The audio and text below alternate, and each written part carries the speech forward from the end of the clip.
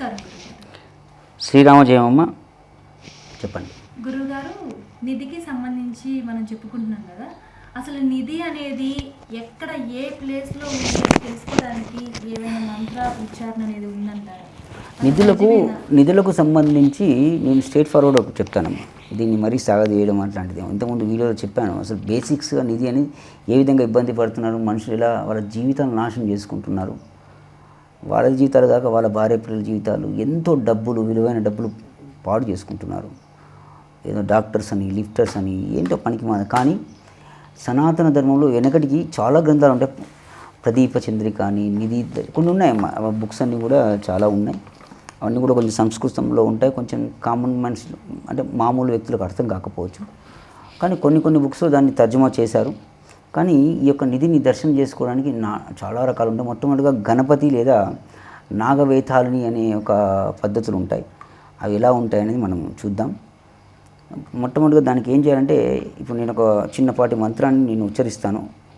ఓం నమో భగవతే రుద్రాయ ఉమామహేశ్వరాయ శిలిశిలి ధూమారే నాగవేతాళిని స్వాహ. ఈ మంత్రం ఇది వీలైతే మనం డిస్ప్లేలో పెడదాం.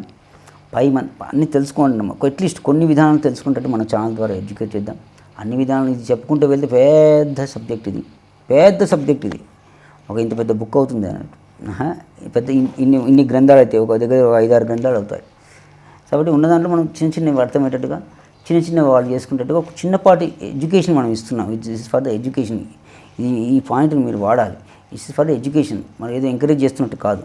కాబట్టి మోసపోకండి, ఇట్లా ఉంటుంది శాస్త్రం చెప్పడానికి. ఇప్పుడు ఈ మంత్రాన్ని అనురాధ నక్షత్రం ఉంటుంది. అనురాధ మీకు బదునికలు అని దొరుకుతాయి. బదునికలు అంటే ఎలా అంటే వృక్షం ఒక వృక్షానికి ఒక వృక్షం సంబంధం ఇంకొక వృక్షం పెరుగుతుంది. దట్ ఈస్ కాల్డ్ బదునిక. ఇప్పుడు మీరు అరుణాచలంలో వెళ్తే బదునికలు ఉంటాయి. బదునిక అంటే ఏం లేదమ్మా. బదునికలు ఎన్నో రకాలు ఉంటాయి. బదునికలు అంటే ఆ యొక్క వృక్షం నుంచి ఇంకొక వృక్షం పెరగడం, సంపర్కం లేకుండా పెరగడం బదునిక అంటే. దానికి ఎన్నెన్నో అర్థాలు పెట్టుకున్నారు ఇప్పుడు ఉన్న దాంట్లో. కానీ బదునిక అంటే అది. సో తులసి వృక్షంపై ఉన్నటువంటి బదునికను ఒకటి తెచ్చుకోవాలి. అనురాధ నక్షత్రం చూసుకోవాలి. ఆ అనురాధ నక్షత్రంలో ఉన్న దాన్ని మెత్తగా నూరాలి. ఎట్లా అంటే అది బాగా ఆ బదునికను గోరోజనం ఒకటి. గోరోజనంలో కూడా మంచి స్వచ్ఛమైన గోరోజనం తెచ్చుకోవాలి. గోరోజనం అంటే ఆవుకు సంబంధించినటువంటిది. మీకు షాప్స్లలో అది లీగల్గా దొరుకుతూ ఉంటుంది. మెత్తగా నూరి దాన్ని ఇంతకుముందు చెప్పినటువంటి మంత్రం ఉంటుంది కదా, 10,000 సార్లు జపించిన తర్వాత, 10,000 సార్లు 10,000 టైమ్స్, ఎన్నిసార్లు 10,000 సార్లు జపించిన తర్వాత ఆ సాధకుడు ఒక మంచి అంటే ఆ సాధకుని జాతం కూడా ఇంపార్టెంటే. మళ్ళీ ఇప్పుడు నిధులు తెచ్చుకోవాలంటే వాడికి చండాల యోగం ఉండాలని చెప్పాను ఇంతకుముందు. చండాల యోగం అంటే ఏంటని చెప్పాను. గురువు రావు కేతువు కలయిక, గురువు రావు శుక్రుడు కలయిక, గురు చండాల యోగం, ఇట్లాంటి వాళ్ళకైతేనే ఈ శాస్త్రం అనేది బాగా తొందరగా అబ్బుతుంటుంది అన్నట్టు.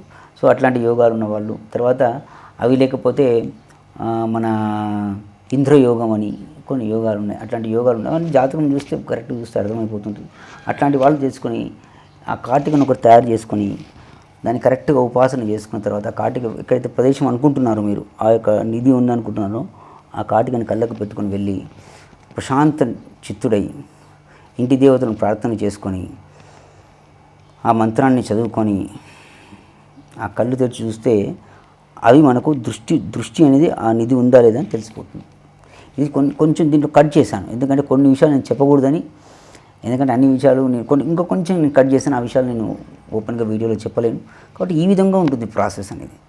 ఇట్లా ఈ యొక్క కాటుకను తయారు చేసుకోవడానికి కూడా మళ్ళీ కొన్ని రకాలు ఉంటుంది. ఇప్పుడు గణపతి పద్ధతి, నాగావేతాళని పద్ధతి, ఇలా కొన్ని పద్ధతి, శివుడి పద్ధతి, ఇట్లా కొన్ని పద్ధతులు ఉంటాయి. అంటే ఒక్కొక్క అమ్మవారి శక్తులను ఒక్కొక్క విధంగా ఉంటాయి. యక్షిణీ క్రియలు. యక్షిణీ అంటే ఏమిటి? మనం 6th సెన్స్ అంటాం. అబ్బా నీ 6th సెన్స్ బాగా పనిచేస్తారంట. కానీ యక్షిణలో కింద 9th 8th సెన్స్ కూడా పనిచేస్తుంటుంది వాళ్ళకు. దట్ ఈస్ కాల్డ్ యక్షిణి. అట్లా ఎన్నో రకాలు ఉంటాయి మళ్ళీ యక్షిణిలో కూడా. యక్షిణీ తంత్రం, అట్లా ఒక్కొక్క దానికి ఒక సబ్జెక్ట్ ఉంది. అంతేగాని నువ్వు వెళ్ళే డైరెక్షన్ ఏంటనేది పద్ధతి. నువ్వు సేమ్ వెళ్తున్నావు, ఇదే దారి ఇదే. కానీ ఏ దారి మీరు కారు మీద వెళ్తారా, బస్సు మీద వెళ్తారా, ఏదది ఆడి కారులో వెళ్తారా, ఏరోప్లేన్లో వెళ్తారా అనేది శాస్త్రం. అది అంత క్లారిటీ ఉన్న వాళ్ళు దీంట్లోకి రావాలని అవసరం. జీవితాన్ని నాశనం చేసుకోకండి. ఇది చాలా సింపుల్గా చెప్పాను, కానీ దీని వెనుక కష్టం ఎక్కువ ఉంటుందమ్మా. ఇంకా కొంచెం నేను కావాలని వీడియోను కట్ చేశాను. నెక్స్ట్ వీడియోస్లో మనం ఏం చేద్దాం, ఫర్ ఎగ్జాంపుల్ నిజంగానే ఇట్లాంటివి ఎడ్యుకేట్ చేద్దాం. తర్వాత సర్ప దురీకరణ, అక్కడ పాములు ఉన్నాయి గురువు గారు అని ఫోన్ చేస్తారు. సో సర్ప దురీకరణ లేపనం అంటే ఎట్లా చేసుకోవాలి, ఎట్లా తయారు చేయాలి, అది కూడా నేను ఇప్పుడు మీకు నెక్స్ట్ వీడియోలో నేను చెప్తాను. శ్రీరామజయం. దయచేసి చక్కగా చెప్పాను, కానీ దయచేసి నాకు ఈ నిధులు అని నాకు మాత్రం ఫోన్ చేసి నా అమూల్య సమయాన్ని పాడు చేయకండి. నేను ఈ మధ్యకాలంలో అసలు వీటి జోలికి వెళ్ళట్లేదు, ఎందుకంటే నాకు శరీరం సహకారం చేయట్లేదు ఒకటి, నాకు అంత సమయం కూడా లేదు ఒకటి. ఓకేనా? శ్రీరామజయం.